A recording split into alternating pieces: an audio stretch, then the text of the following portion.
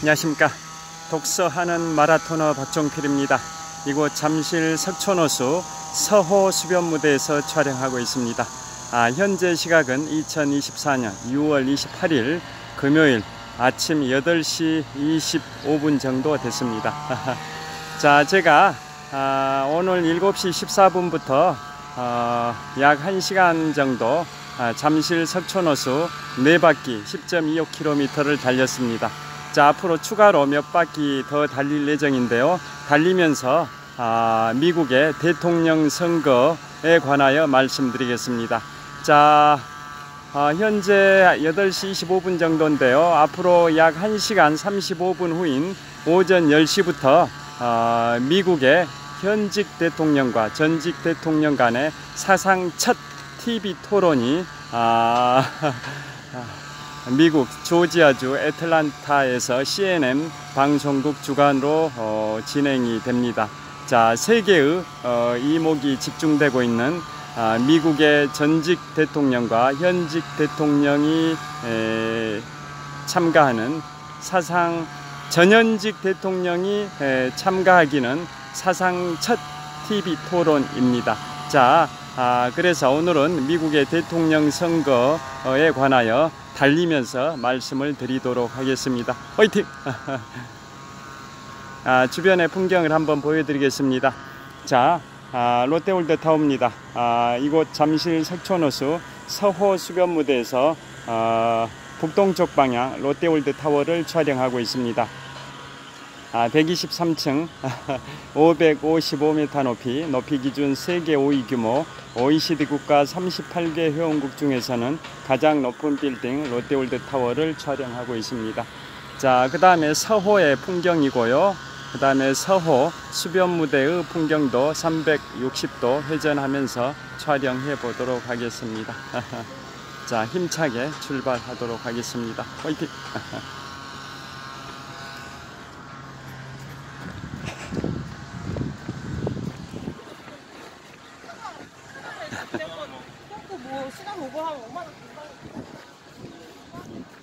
자, 현재 8시, 현재 시각이 2024년 6월 28일 금요일 아침 8시 28분 정도 됐는데요.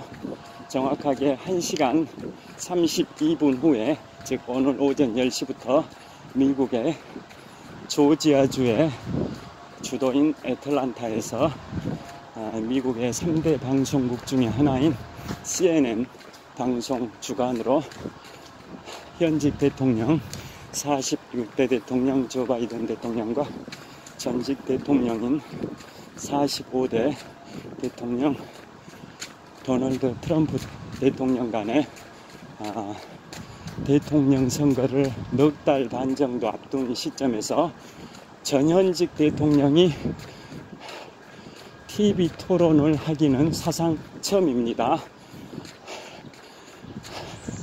자, 그리고 미국의 AP통신에서 여론조사한 것에 의하면 응답자들의 70%가 이번 전현직 대통령 간의 사상 첫 TV 토론을 보고 자신이 지지하는 후보를 바꿀 생각도 있다라는 그러한 의견이 한 30% 정도는 되는 것 같습니다. 그리고 응답자의 70%가 이번 전현직 대통령 간의 사상 첫 TV 토론 결과가 11월 5일에 있을 대통령 선거에 영향을 미칠 것이다 라고 전망을 하고 있습니다. 그리고 이번 TV 토론은 CNN에서 주관을 하는데요. 그 조 바이든 대통령과 도널드 트럼프 전 대통령은 생수물하고 펜하고 메모지만 지참하고 토론에 참여할 수 있고요. 무슨 참고 자료 또는 기조 연설문 이런 걸 일체 소지할 수가 없습니다. 그렇기 때문에 자신의 머릿속에 있는 그러한 내용, 정치관 세계관, 통찰력, 비전, 선거 공약 모든 걸 머릿속에 있는 걸 끄집어내서 토론에 참여해야 됩니다. 그리고 오전 10시부터 약 1시간 반 정도 진행이 되는데요. 중간에 CNN TV 광고가 나가는 시간에 잠깐씩 쉬는 시간에 2차례가 있는데요. 쉬는 시간 2차례 때도 보좌진과 일체 접촉할 수 없습니다. 토론 중에 어떠한 이슈에 관하여 무슨 자료가 생각이 안 나가지고 말을 못했던 부분을 좀 보완하기 위해서 쉬는 시간에 보좌진한테 참고 자료를 획득해 가지고 이어지는 토론 시간에 좀 보완하는 것을 막기 위해서 쉬는 시간 2차례 때도 보좌진과 전혀 접촉할 수 없게끔 시스템을 만들었습니다. 자, 전 세계의 이목이 집중되고 있는 미국의 전현직 대통령 간의 사상 첫 TV 토론이 앞으로 딱 1시간 반 후에 열립니다. 자, 그래서 오늘은 미국의 대통령 선거제도 전반적으로 쭉 말씀드리도록 하겠습니다. 제가 1년쯤 전에 작년 6월 중순부터 7월 중순까지 약 한 보름 정도 미국의 역대 대통령 45명에 관하여 매일 3명씩 유튜브 영상을 만들었었습니다. 매일 3명씩 보름 동안 15일 동안이니까 총 45명의 미국의 역대 대통령에 관한 동영상을 만들어서 유튜브에 업로드한 게 1년 전인 작년 6월 중순부터 7월 초순까지로 기억을 합니다. 자, 현재 조 바이든 대통령이 미국의 46대 대통령이긴 하지만 45번째 대통령인 이유가 그것은 바로 미국의 22대와 24대 대통령을 동일한 인물인 그로버 클리브랜드 대통령이 띄엄띄엄 징검다리식 임기로 2번의 임기를 수행했기 때문에 22대와 24대를 동일한 인물이 사용해서 결국은 조 바이든 대통령이 46대 대통령이긴 하지만 미국의 45번째 대통령입니다. 자, 그리고 미국의 헌정 역사 1789년 초대 대통령 조지 워싱턴이 취임해서 현재 2024년 46대 대통령 조 바이든 대통령이 임기를 수행하고 있는데요. 미국의 헌정 역사 235년 중에 전현직 대통령이 대통령 선거에서 겨룬 경우는 이번이 3번째입니다. 그중 첫 번째가 지금부터 132년 전인 1892년에 23대 대통령 벤저민 해리슨과 22대 대통령 그로버 클리브랜드 대통령이 전현직 대통령으로 겨뤄가지고 전직 대통령인 그로버 클리브랜드 대통령이 제24대 대통령에 당선이 됐습니다. 자, 그때 즉 132년 전인 1892년에 현직 대통령인 23대 대통령 벤저민 해리슨과 전직 대통령인 22대 대통령 그로버 클리브랜드 대통령이 겨뤄서 전직 대통령인 그로버 클리브랜드 대통령이 24대 대통령에 당선이 됐습니다.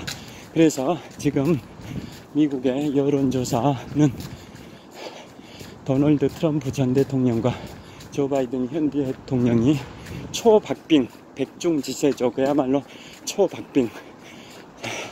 지지율의 차이가 46대 46입니다.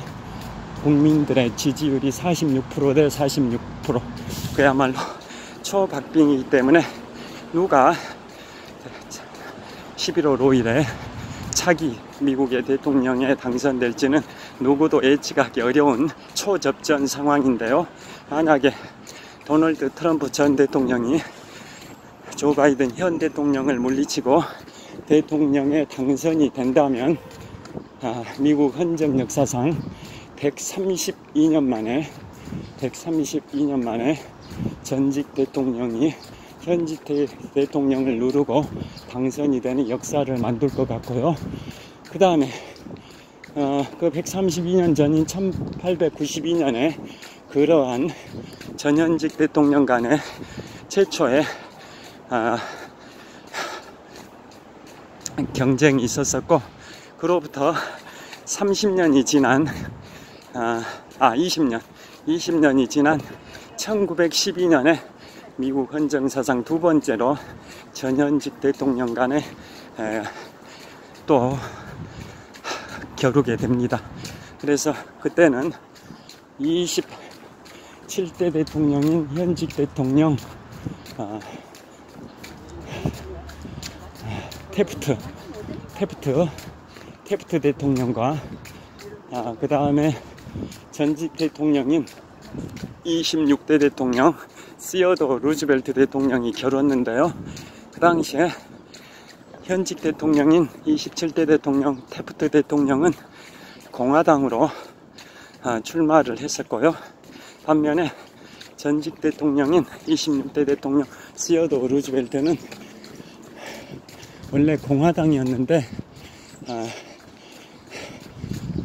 공화당에서 분당한 진보당을 창당해서 진보당으로 출마를 했었습니다. 그래서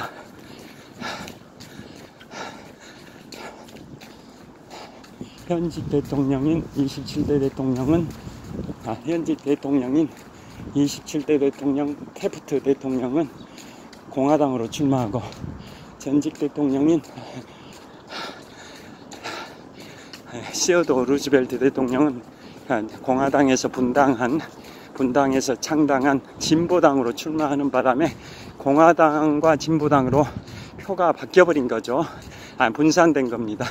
표가 분산되는 바람에 어부지리로 민주당의 우드로 윌슨이 제28대 대통령에 당선이 돼버렸었습니다. 자, 그때 그게 1912년이고요. 그로부터 112년이 지난 올해 11월 5일에 전현직 대통령 간의 미국 역사상 세 번째, 미국 헌정 역사상 세 번째로 전현직 대통령 간의 대결이 올해 11월 5일에 펼쳐집니다. 만약에 도널드 트럼프 전 대통령이 당선이 된다면 132년 만에 전직 대통령이 현직 대통령을 꺾고 미국의 대통령에 당선되는 셈이 됩니다. 자, 그 다음에 아까 제가 모두에 설명드리기를 오늘 10시부터 시작되는 TV 토론이 전현직 대통령이 맞붙는 사상 첫 TV 토론이라고 말씀드렸는데요. 그 이유는 132년 전인 1892년에 전직 대통령과 현직 대통령 간의 첫 대결이나 그로부터 20년이 지난 1912년에 두 번째 전현직 대통령 간의 대결 당시에는 TV가 없던 시절입니다. TV가 없던 시절이다 보니까 TV 토론이 없었던 거죠. TV 토론이 미국 대통령 선거에 처음 등장한 게 1960년에 현직 부통령이었던 리처드 닉슨 부통령을 꺾어버리고 미국 헌정사상 최연소 당선 대통령이 된 43세 당선된 35대 대통령 존 F 케네디 대통령이 1960년에 당선이 됐는데요.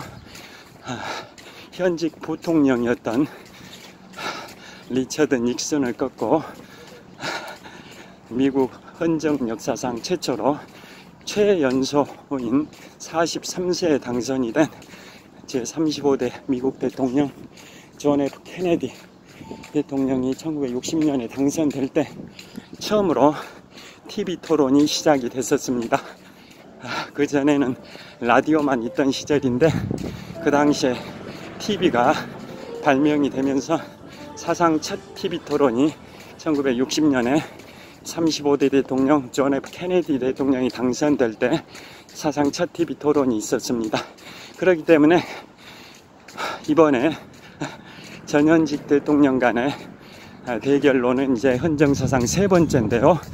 첫 번째였던 132년 전이나 두 번째였던 112년 전에는 TV가 없던 시절이다 보니까 전현직 대통령 간의 TV 토론이라는 게 없었던 시절이죠. 그런데 지금은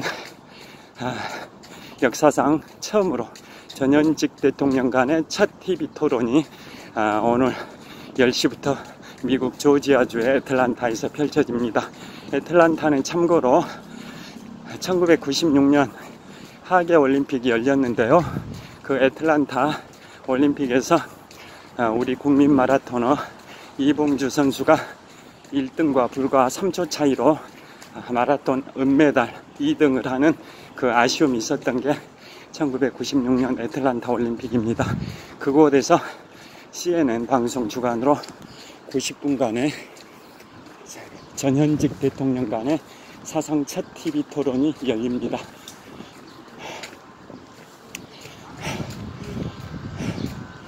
자, 아까 7시 14분부터 뛰고 있는데요. 처음에 4바퀴 뛰는 동안은 아침 운동하는 분들이 여기 산책로에 꽤 많았는데 지금은 숫자 좀 줄어든 편인 것 같습니다. 석촌호수 조깅로는 동호와 서호를 합해서 한 바퀴에 2563m, 조깅로의 폭은 약 5m, 조깅로 바닥은 우레탄으로 포장이 되어 있어서 무릎 충격을 완화시켜 줍니다. 자, 그 다음에 미국의 지금부터는 미국의 헌정 역사가 1789년 초대 대통령 조지 워싱턴부터 올해 2024년 46대 대통령 조 바이든 대통령까지 헌정 역사가 235년인데요. 그 중에서 그 235년을 전반과 후반으로 나눠보면 1900년을 기준으로 전반과 후반을 나눠보겠습니다. 20세기의 시작인 1900년을 기준으로 전반과 후반으로 나누게 되면 1789년부터 1900년까지가 111년의 기간이고요. 1900년부터 올해 2024년까지가 124년의 기간인데요. 자, 전반보다는 후반이 약간 길죠. 그 후반의 기간, 즉 20세기와 21세기를 합한 124년의 미국의 헌정 역사 중에 공화당과 민주당 중에 어느 당이 대통령 집권을 더 오랫동안 했을까요? 보수 색채의 공화당과 진보 색채의 민주당 간에 124년의 20세기, 21세기 124년의 헌정 역사 중에 공화당과 민주당 중에 어느 당이 집권을 더 많이 했었을까요? 결론부터 말씀드리면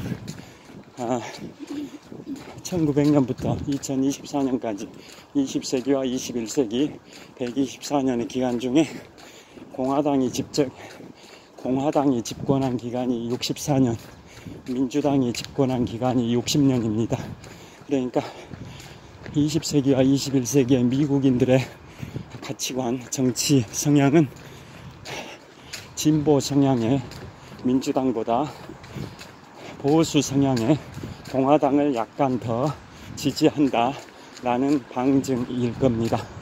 자, 석촌호수 조깅로는 가로수가 벚꽃나무로 이루어져 있는데요. 매년 4월 초에는 이 벚꽃나무가 활짝 피어서 우리나라 서울의 양대 벚꽃 축제 중에 하나인 석촌호수 벚꽃 축제를 화려하게 펼칩니다. 여의도 윤중로의 벚꽃 축제와 함께 서울의 양대 벚꽃 축제가 이곳 잠실 석촌호수인데요. 매년 4월 초에는 지금 가로수가 벚꽃나무여서 이 벚꽃나무가 활짝 피어서 잠실 석촌호수 벚꽃 축제를 이룹니다. 자, 이처럼 벚꽃나무가 가로수 터널을 이루고 있어서 현재 기온이 약 25도 되는데요. 오늘 낮 최고는 33도로 예보되어 있습니다. 그래서 불볕더위, 땡볕더위, 찜통더위에도 이 강렬한 자외선을 이곳 가로수 터널이 상당 부분 차단해 줍니다. 거의 90%는 차단해 주기 때문에 땡볕에도 그늘 속에서 달릴 수 있어서 좋습니다. 화이팅!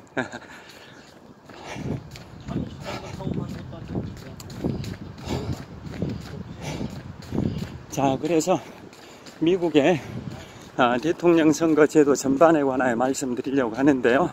자, 미국의 역대 234년의 헌정 역사 속에 대통령이 45명 배출됐는데요.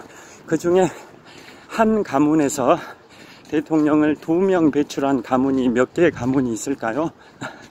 한 가문에서 대통령을 2명 배출한 가문이 몇 개의 가문이 있을까요?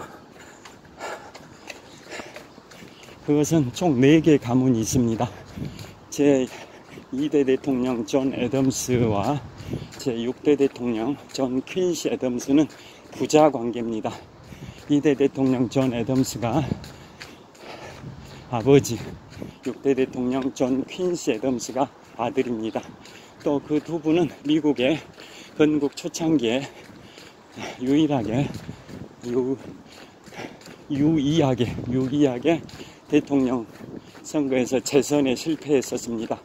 초대 대통령 조지 워싱턴이나 2대 대통령,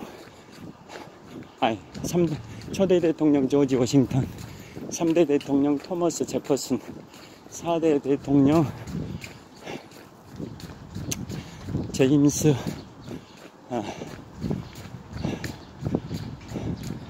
메디슨, 5대 대통령 제임스 멀로, 이런 분들은 다 재선에 성공했는데요. 2대 대통령 존 애덤스하고 6대 대통령 존 퀸시 애덤스는 단임으로 끝났습니다. 재선에 실패했습니다. 즉 미국 헌정 역사상 최초의 부자 대통령이면서도 미국 헌정 역사상 최초로 재선에 실패한 대통령들이기도 합니다. 자, 그래서 2대와 6대가 미국 헌정 역사상 한 가문에서 대통령을 2명 배출한 가문 4개 가문 중에 첫 번째 가문이고요. 그 다음에 두 번째 가문이 바로 9대 대통령 윌리엄 해리슨과 23대 대통령 벤저민 해리슨이 할아버지와 손자 관계입니다. 9대 대통령 윌리엄 해리슨이 할아버지, 23대 대통령 벤저민 해리슨이 손자입니다. 자, 그 다음에 한 가문에서 대통령을 2명 배출한 4개 가문 중에 세 번째 가문이 바로 26대 대통령 시어도 루즈벨트와 32대 대통령 프랭클린 루즈벨트 대통령이 루즈벨트 가문 한 가문인데요. 두 분의 관계는 오촌 당숙과 오촌 조카 지간입니다. 26대 대통령 시어도 루즈벨트가 공화당으로 대통령이 당선된 시어도 루즈벨트가 오촌 당숙이고, 32대 대통령 프랭클린 루즈벨트가 민주당으로 32대 대통령이 당선된 프랭클린 루즈벨트입니다. 보통 같은 가문이면 정당도 같은 정당이 일반적일 텐데요. 이례적으로 같은 루즈벨트 가문인데도 26대 대통령 시어도 루즈벨트는 공화당, 32대 대통령 프랭클린 루즈벨트는 민주당으로 당선됐습니다. 자, 오촌 당숙과 오촌 조카의 관계입니다. 그 다음에 마지막으로 한 가문에서 대통령을 2명 배출한 4개 가문 중에 마지막 4번째 가문 41대 대통령 조지 허버트 워커 부시와 43대 대통령 조지 워커 부시, 잘 아시다시피 각각 20세기 말과 21세기 초에 미국의 대통령을 했는데요. 이 두 분이 아버지와 아들 관계라는 거 다 잘 아실 겁니다. 자, 지금까지 말씀드린 총 8명의 대통령이 한 가문에서 대통령을 2명 배출한 4개 가문에 해당되는 그 인물들입니다. 자, 그 다음에 지금부터는 다시 주부들이 운동하러 나오셨는지 조깅하는 분들이 좀 늘어난 것 같습니다. 저는 오늘 인생이막 직장 개인적으로 휴무일이어서 오늘 6월 28일 금요일 평일인데도 제가 이곳에 운동하러 나왔는데요. 여기에 멋진 문구도 있습니다. 화일, 자, 고대 철학자 키케로의 명언인데요. 삶이 있는 한 희망은 있다. While there is life, there is hope라고 적혀 있습니다. 삶이 있는 한 희망은 있다. 고대 철학자 키케로의 명언. While there is life, there is hope라고 적혀 있습니다. 아무리 절망스러운 좌절의 순간에도 끝까지 희망의 끈을 놓지 말고 열심히 살아라, 그런 취지의 문구겠죠. 삶이 있는 한 희망은 있다. 자, 그 다음에 지금부터는 미국의 대통령 선거 제도에 관하여 말씀드리겠습니다. 기본적으로 미국의 대통령 선거는 간접 선거 방식이라는 거 다 잘 아실 겁니다. 자, 이곳은 잠실 석촌호수 동호회 북동쪽 수변무대입니다.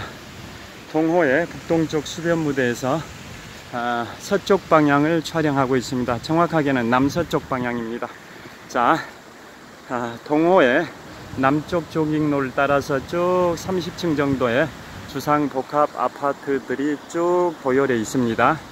그 다음에 동호 북쪽변에 롯데월드타워도 있습니다. 자, 123층 555m 높이 기준 세계 5위 규모 OECD 국가 38개 회원국 중에서는 가장 높은 빌딩 롯데월드타워가 동호 북쪽변에 있습니다. 그 다음에 동호의 남쪽 조깅로를 따라 쭉 도열해 있는 30층 정도 높이의 주상 복합 아파트들을 촬영하고 있습니다. 계속 진행하겠습니다. 화이팅!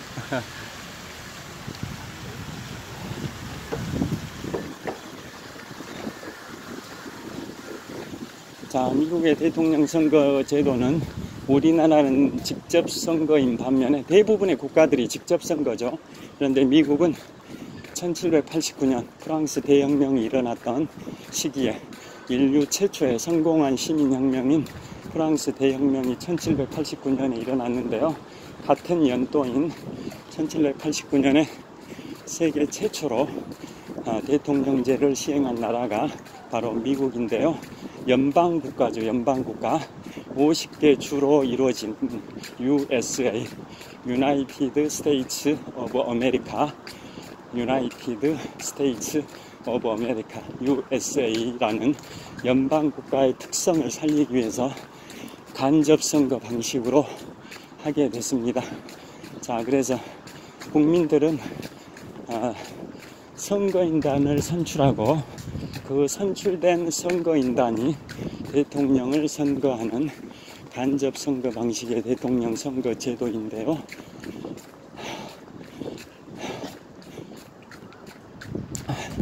그리고 선거인단 숫자가 총 538명입니다.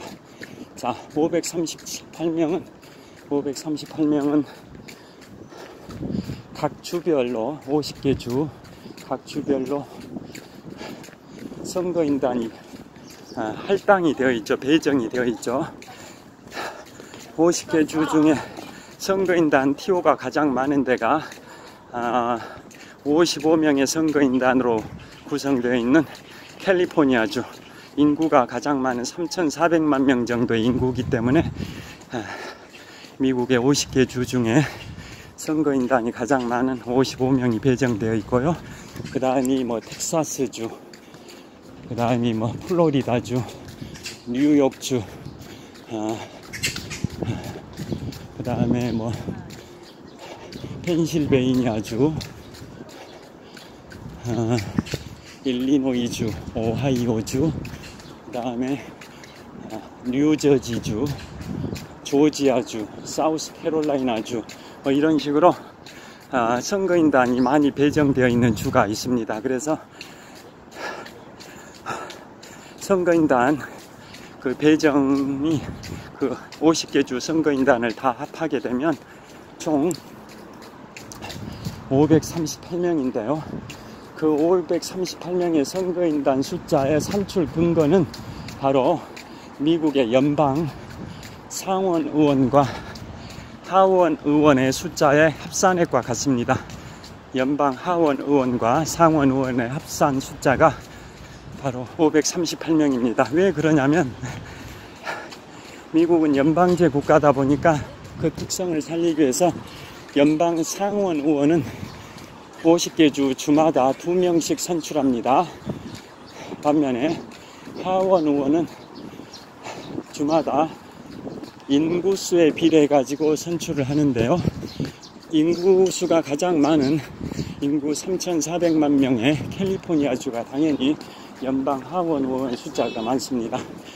자, 미국의 50개 주 중에 인구가 가장 많은 데가 캘리포니아 주고요. 인구가 가장 적은 주가 와이오밍 주입니다. 그 다음에 참고로 미국의 50개 주 중에 면적이 가장 넓은 주가 알래스카 주고 면적이 가장 좁은 주가 로드 아일랜드 주입니다.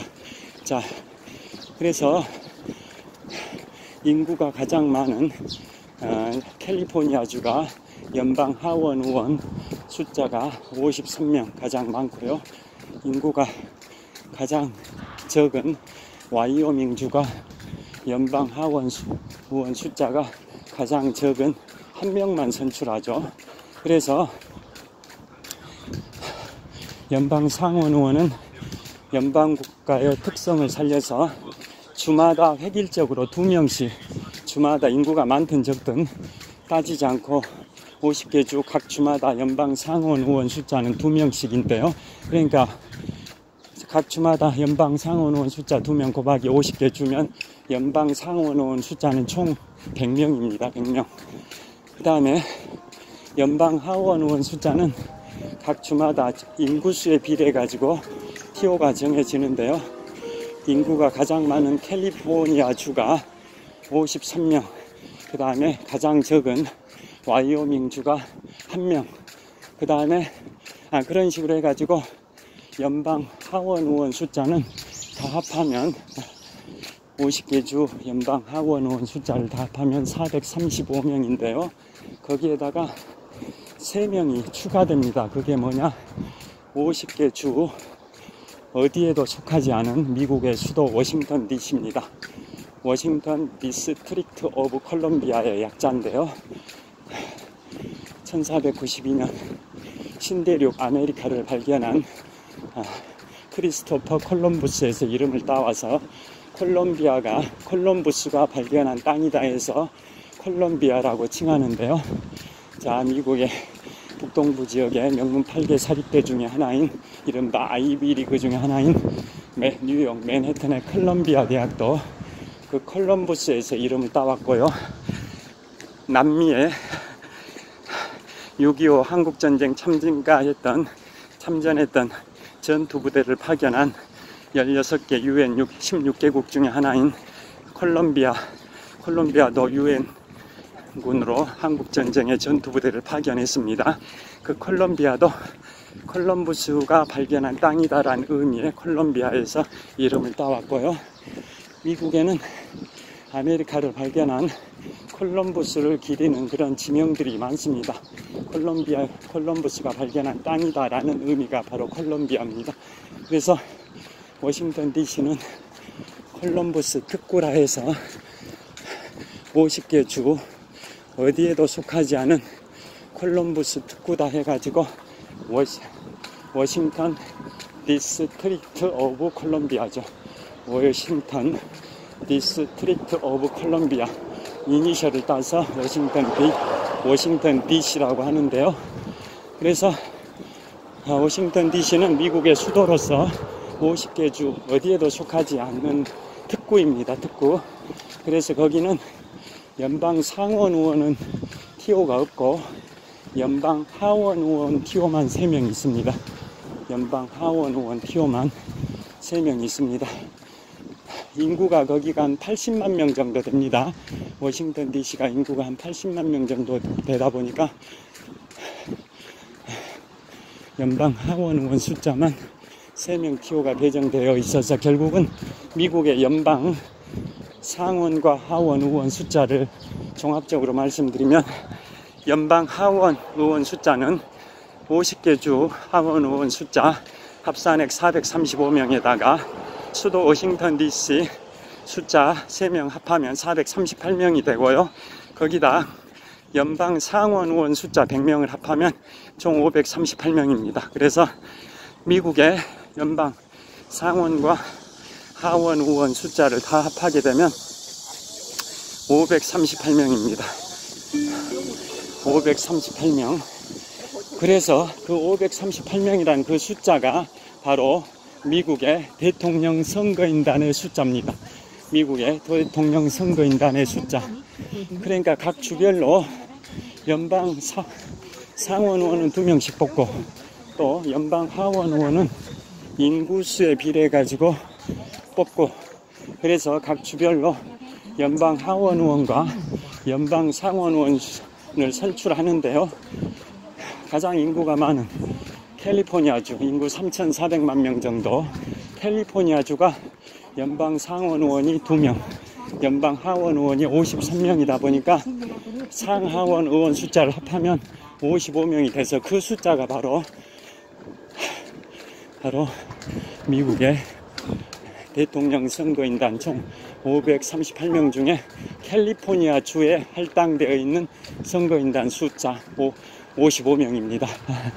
그러니까 결국은 간접 선거 방식의 미국 대통령 선거 제도에 있어서 그 국민들은 선거인단을 선출하고 선출된 선거인단이 미국의 대통령을 선거하는 간접 선거 방식인데요.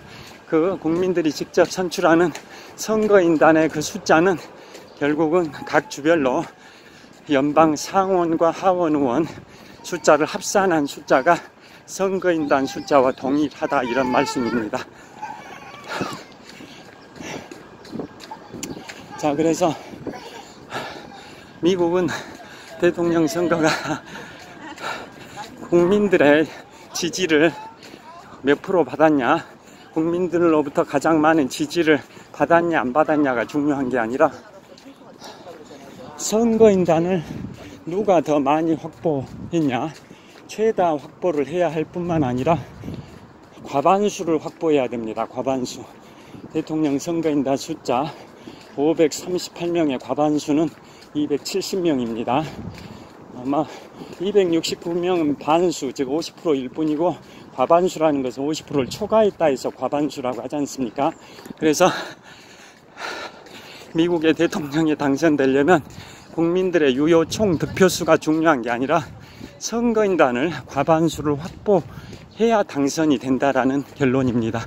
그래서 선거인단 숫자 538명 중에 과반수인 270명 이상을 확보해야 미국의 대통령에 당선이 되고 세계 최강대국 미국의 국가 원수가 됩니다.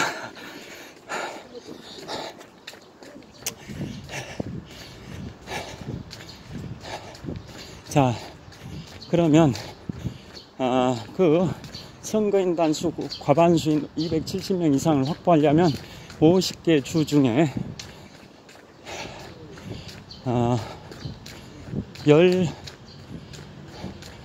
주, 13개 주입니다. 13개 주. 지금 좀 TO가 바뀌어가지고 최근에 바뀌어서 13개 주, 50개 주 중에 선거인단 숫자가 많은 13개 선거인단 숫자가 많은 상위 13개 주에서 다 선거인단을 승자 독식 싹쓸이를 하게 되면 과반수가 됩니다.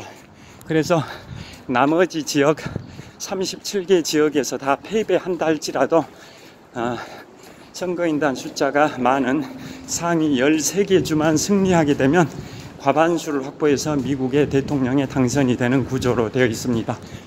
그러면 선거인단 국민들이 선거인단을 선출할 때 승자 독식 제도라는 독특한 방식이 있죠. 유닛 룰 시스템이라고 하는데요. 유닛 룰 시스템, 승자 독식 제도입니다. 그래서 국민들이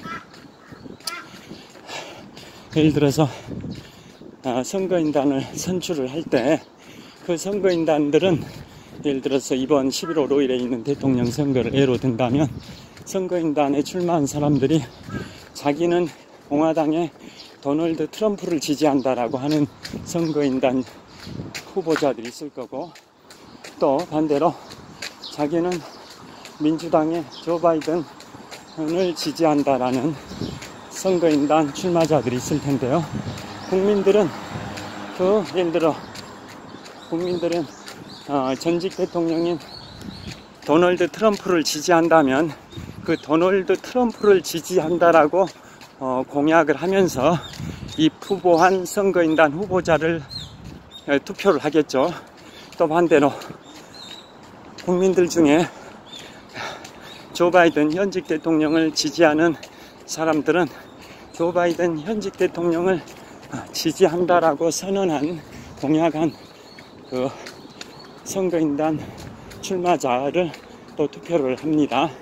그런 식으로 해가지고 투표자가 쭉 국민들이 투표를 한 결과, 예를 들어서 캘리포니아주에서 3,400만 명의 인구 중에 유권자는 뭐 대략 한 2천여만 명 되겠죠. 그 유권자 2천여만 명이 투표를 했는데 결국은 도널드 트럼프를 지지한다라고 선언한 이 후보자, 선거인단 출마자와 그 다음에 조 바이든을 지지한다라고 공약한 선거인단 출마자에 대하여 투표 결과가 한 표라도 더 많이 표를 획득한, 국민들로부터 더 많은 표를 획득한 사람이 바로 그 캘리포니아 주에 배정된 대통령 선거인단 수 55명을 다 싹쓸이 합니다. 싹쓸이. 굉장히 불합리하다고 생각할 수도 있죠. 그게 바로 승자 독식 제도, 이른바 유닛 룰 시스템인데요.